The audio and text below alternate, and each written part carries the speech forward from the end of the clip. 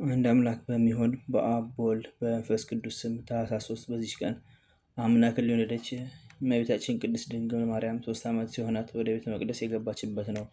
እርሷ ለእግዚአብሔር የስዕለት ልጅ ነበረችና እናቷ ቅድስት ሐና ልጅ የሌላት ስለሆነች በቤተ እግዚአብሔር ውስጥ ከሴቶች ተለይታ ርቃ ትኖር ነበር። ሽማግሌ ከሆነ ከኢያቄም ባሏ ጋርም እጅግ የምታዝን ሆነች። እግዚአብሔርም ሐዘናቸውን ሰማ። ቅድስት ሐናም እንዲህ ብላ ለእግዚአብሔር ተሳለች። የሰጠኸኝን ፍሬ ለእግዚአብሔር አገልጋይ አደርገዋለሁ። ቅድስት ድንግል እመቤታችን ማርያምንም በወለደቻት ጊዜ 3 ዓመት በቤቷ ውስጥ አሳደገቻት። ከዚህ በኋላ ከደናግል ጋር ትኖር ዘንድ ወደ ቤተ መቅደስ ወሰደቻት። በቤተ መቅደስም ምግቧን ከመላእክት እጅ የተቀበለች 12 ዓመት ኖረች። ክብር ይግባውና ጌታችን ኢየሱስ ክርስቶስ ወደ ዓለም መጥቶ ከእርሷ ሥጋን እስከነሳ ድረስ ከሴቶች ሁሉ የተመረጠች ይህች ናት። በቤተ መቅደስም በመኖር 12 ዓመት ሲፈጸምላት እርሷ ለእግዚአብሔር የተሰጠች የስዕለት ልጅ ናትና የሚጠብቃት ይሰጧት ዘንድ ካህናት እርስ በርሳቸው ተማከሩ።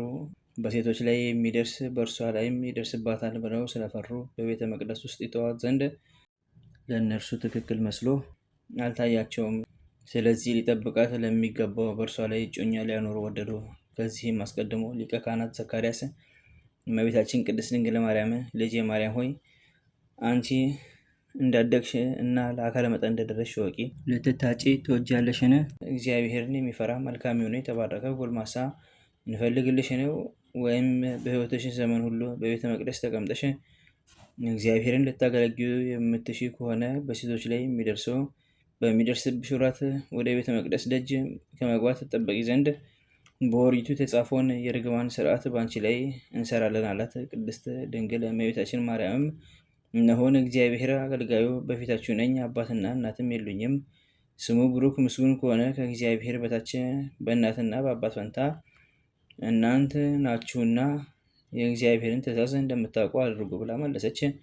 ካህናቱና ማህበሩም ሁሉ ዘካርያስን ወደ ቤተ መቅደስ ገብተ ስለዚች ብላቴና ማርያም ወደ እግዚአብሔር ጸልይ ያሉት። ዘካርያስም ገብቶ ሲጸልይ በዚያን ጊዜ እግዚአብሔር መልአክ ተገለጠለትና እንዲህ አለው፣ ዘካርያስ ሆይ ወጥተህ ከዳዊት ወገን ሚስቶቻቸው የሞቱባቸውን ሁሉ ወንዶች ሰብስብ፣ የእያንዳንዱን በትር ከስሙ ጋር ውሰድ። ወደ ቤተ መቅደስ በምሽት ገብተህ ወደ እግዚአብሔር ጸልይበት። በነጋም ጊዜ በትሮቻቸውን አወጣ። እግዚአብሔርም በበትሩ ላይ ምልክት ለገለጠልህ ለዚያ ሰው ማርያምን ተቀብሎ ሊጠብቃት ይገባዋል። ካህኑ ዘካርያስም ወጥቶ አንድነት ለተሰበሰቡት ሕዝብ የእግዚአብሔር መልአክ የነገረውን ነገራቸው። በዚያንም ጊዜ ከዳዊት ወገን ጎልማሳ ቢሆንም ሽማግሌ ቢሆን ሚስቱ የሞተችበት ሁሉ በኢየሩሳሌም ወደ አለ ቤተ መቅደስ ይሂድ እያሉ አዋጅን ዞሮ የሚናገሩ በእስራኤል ሀገር ሁሉ ላኩ።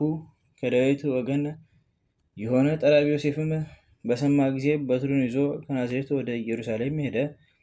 ካህኑ ዘካርያስም የሁሉንም በትሮች ተቀብሎ ስማቸውን በላያቸው ጻፈ። ቁጥራቸውም 1985 ሆነ። ዘካርያስም በትሮችን ወደ ቤተ መቅደስ አስገብቶ ወደ እግዚአብሔር ጸለየ። እንዲሁም ሰዎች ሁሉ ከቤተ መቅደስ ውጭ ቆሞ ይጸልዩ ነበር። ዘካርያስም ጸሎትን በፈጸመ ጊዜ ለእያንዳንዱ በትራቸውን አውጥቶ ሰጠ። ጠራቢ ዮሴፍም በትሩን ሊቀበል በቀረበ ጊዜ ከእርሷ ነጭ ርግብ የመሰለች ተገለጠችለት። የበረረችም ሄዳ በጠራቢ ዮሴፍ ራስ ላይ ተቀመጠች። ካህናቱና ሕዝቡ ሁሉ አይተው እጅግ አደነቁ፣ ምስጉኑን እግዚአብሔርን አመሰገኑት። ዘካርያስም ዮሴፍን ዮሴፍ ሆይ ከእግዚአብሔር የታዘዘ መልአክ እንደተናገረ ድንግል ማርያምን ወደ ቤት ወስደ ጠብቃት አለው። ዮሴፍም ቅድስት ድንግል ማርያምን ከካህናት እጅ ተቀበላት፣ በእርሱም ዘንድ ኖረች። ከዚህ በኋላ የመላእክት አለቃ ገብርኤል ስለ እግዚአብሔር ልጅ ከእርሷ ሰው ሆኖ ስለመወለዱ በዮሴፍ ቤት አበሰራት።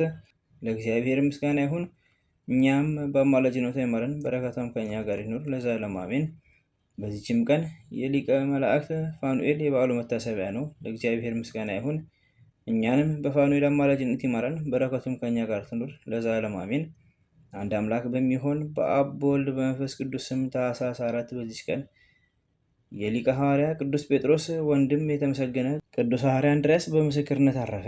ዘአቅረብኩ ማኅሌተ ዘኪርየ አእላፈ እምነተጸምዱከ ዘልፈ እለ አነብብ ተወከፍ ዘኔቴ መጽሐፈ እንተ ርእሰከ እግዚኦ ጸሪቀ መሎት ወኮፈ እምላቡ ብሉዓን ዘተርፈ ነቢያት፣ ቅዱሳን ሐዋርያት፣ ሰባኪያን፣ ሰማዕታት፣ ወጻድቃን፣ ደናግል፣ አዲ ወመነኮሳት ኢራን ባርኮ ጉባኤ ዛቲ መካን እስከ ረገ ይልቅ ወንስ ሕፃን ለጻፈው በክርታስ ወለዛ ጻፈውን ስድስት ወደ ሳንቦ ስርጎን ሳዲስ ወደ ሰማ ቃሎ በዝነፈስ ጸሎተሙ ማርያም አረቂተ ኩሉ እንባ ስውር የማረነ ኢየሱስ ክርስቶስ በቅዱሳኑ ጸሎት ጠብቀን በረከታቸውም ከኛ ጋር ትኑር። ኦ አምላክነ በከመ ምሕረትከ ወአኮ በከመ አበሳነ